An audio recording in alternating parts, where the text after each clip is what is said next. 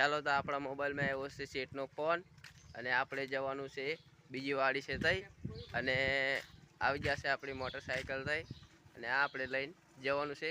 તો મળીએ આપણે આગલા. તો આપણે વાત થઈ હતી ને કે બીજી વાડે જવાનું છે એમ, તો સેટનો પાછો ફોન આવ્યો કે ગામમાંથી એક ખાતરની 25 કિલોની થેલી લાવવાની છે.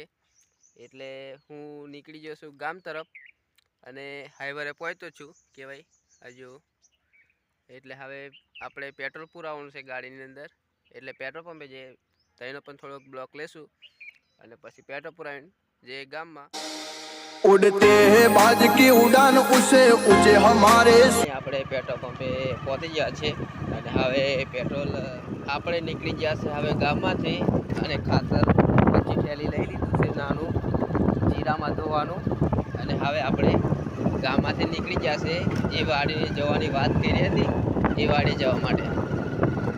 દોસ્તો મેં પહોંચી ગયો છે તે વાડીએ અને આ છે અમારું જીરું શેઠનું, અમારા શેઠનું જીરું અને આ વાડે પહોંચતો જ છે પણ હજુ શું કામ છે તે ખબર નથી. ખાલી શેઠ કીધું તો ઓલી વાડે જજો અને આપણે આવી જશે તે વાડીએ. અને અહીંના જે ભાઈ છે તે પાણી વારે છે દિવેલો મેં અને પાણી જોવા મને ટોકે મોકલો છે. તો પછી આપણે આવી ગયા છે અહીંયા ઉપર. તો આ છે દિનેશભાઈ અને આપણે એમને પૂછી જોઈશું કે શું કરવા માટે મને બોલાવ્યો છે અહીંયા આગળ. તો દિનેશભાઈ મને કેમ બોલાવ્યો અહીંયા આગળ? શેઠનો ફોન આવેલો તો ખાલી કીધું કે એટલી વાડે જજો એટલું.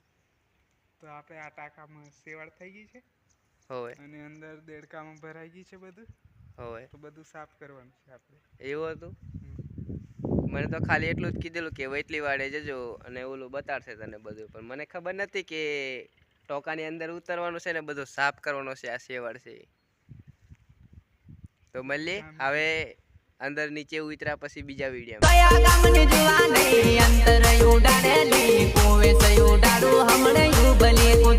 દિનેશભાઈ અને અમે હવે જઈએ છીએ વાડીએ. તો હવે આ બ્લોક પૂરો થાય છે આપણો અને હવે મળશું બીજા બ્લોકમાં.